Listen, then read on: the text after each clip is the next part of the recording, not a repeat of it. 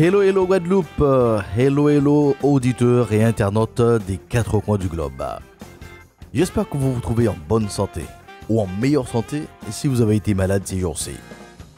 Si vous êtes éprouvé dans votre corps, je prie que vous gardiez le moral, ayez une bonne santé mentale.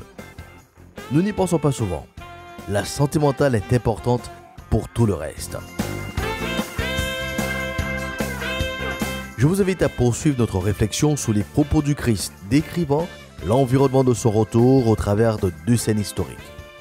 Nous avons déjà considéré celle de Noé. Attardons-nous sur l'histoire et bien donc de Lot.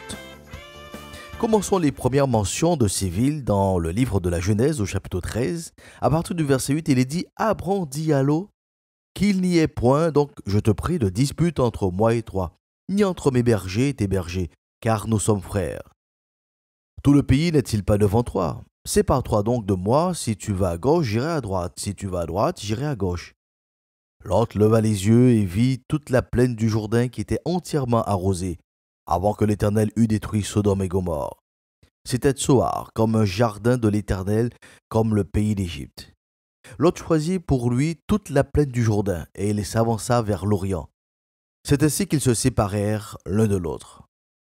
Abram habita dans le pays de Canaan, et Lot habita dans les villes de la plaine et dressa ses tentes jusqu'à Sodome.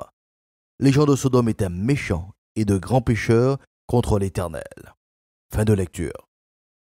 Derrière la belle vitrine donc des plaines verdoyantes du Jourdain, se cachait donc la méchanceté d'une société. Celui qui arrive comme un étranger s'installant aux portes de la ville et finira par y entrer, voire même par y avoir et bien donc de la renommée. Voici donc un aperçu de son évolution. Au chapitre 14, Lot sera pris au feu d'une guerre éclair sur Sodome. Son oncle Abram le délivrera du kidnapping. Au chapitre 19, les anges venus pour la destruction de Sodome trouveront Lot bien intégré dans la société. Marié, père de 2 filles, il a 2 gendres. Il appelle les habitants de Sodome ses frères. N'est-ce pas une véritable installation de Lot dans sa nouvelle zone de confort? Une auditrice de l'émission Bonne Nouvelle m'a interpellé sur notre thématique de la zone de confort. Cher Michel, au regard de cette histoire, nous pouvons dire que Lot illustre bien la zone de confort. En effet, il passe du statut d'étranger à celui de frère. Je rappelle quelques mots clés qui caractérisent donc la zone de confort. Ce sont nos habitudes, tout ce que nous faisons régulièrement, le sentiment de sécurité qui nous rassure au quotidien, le contrôle, la mainmise qui bien nous permet donc d'exercer le pouvoir. Vous l'aurez compris, donc la zone de confort est un ensemble d'habitudes et de comportements que l'on effectue et qui nous rassure. Après plus de 20 ans de vie dans la région, Lot avait le contrôle, la sécurité dans son quotidien. RAS, rien à signaler. Nous pouvons même dire qu'il y avait une accoutumance à l'atmosphère ambiante de Sodome et de Gomorrhe. Nous pouvons aussi nous inspirer de l'histoire de la grenouille dans la marmite. Imaginez donc une marmite remplie d'eau froide dans laquelle nage tranquillement une grenouille. Le feu est allumé sous la marmite. L'eau chauffe doucement. Elle est bientôt tiède. La grenouille trouve cela plutôt agréable et continue de nager. La température commence à grimper. L'eau est chaude. C'est un peu plus que n'apprécie la grenouille, mais elle ne s'affole pas pour autant. Quand l'eau devient vraiment chaude, la grenouille commence à trouver cela désagréable, mais elle est aussi affaiblie. Alors elle supporte et ne fait rien. La température de l'eau va ainsi monter jusqu'au moment où la grenouille va tout simplement finir par cuire et mourir sans jamais s'être extraite de la marmite. Par contre, plongée dans une marmite à 50 degrés, la grenouille donnerait immédiatement un coup de patte salutaire et se retrouverait dehors.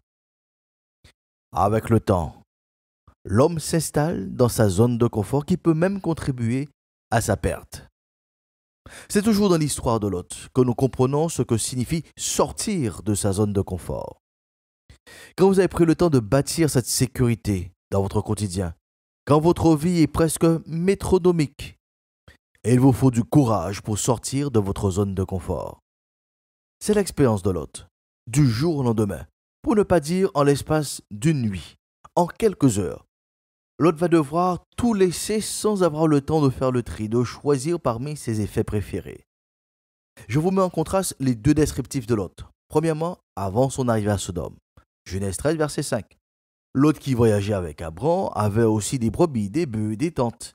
Et la contrée était insuffisante pour qu'ils demeurassent ensemble, car leurs biens étaient si considérables qu'ils ne pouvaient demeurer ensemble. Il y eut querelle entre les bergers des troupeaux d'Abram et les bergers des troupeaux de Lot. Deuxième descriptif, à sa sortie de Sodome.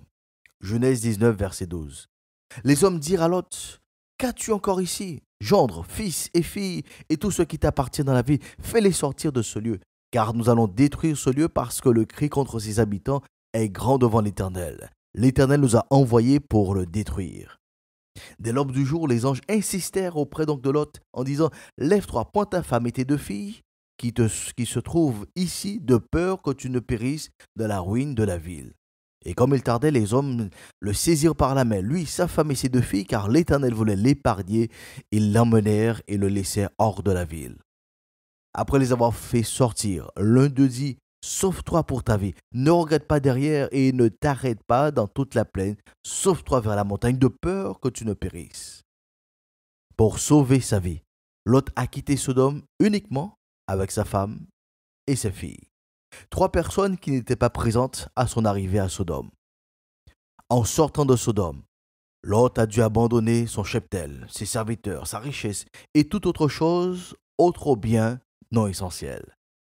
Madame, Monsieur, le Christ lance un appel solennel à ce que chacun se prépare à sortir de sa zone de confort. Rappelons-nous donc les paroles du Christ sous Lot. En Luc 17, verset 28, il dit « Ce qui arriva du temps de Lot arrivera pareillement. Les hommes mangeaient, buvaient, achetaient, vendaient, plantaient, bâtissaient. Mais le jour où Lot sortit de Sodome, une pluie de feuilles de soufre tomba du ciel et les fit tous périr. Il en sera de même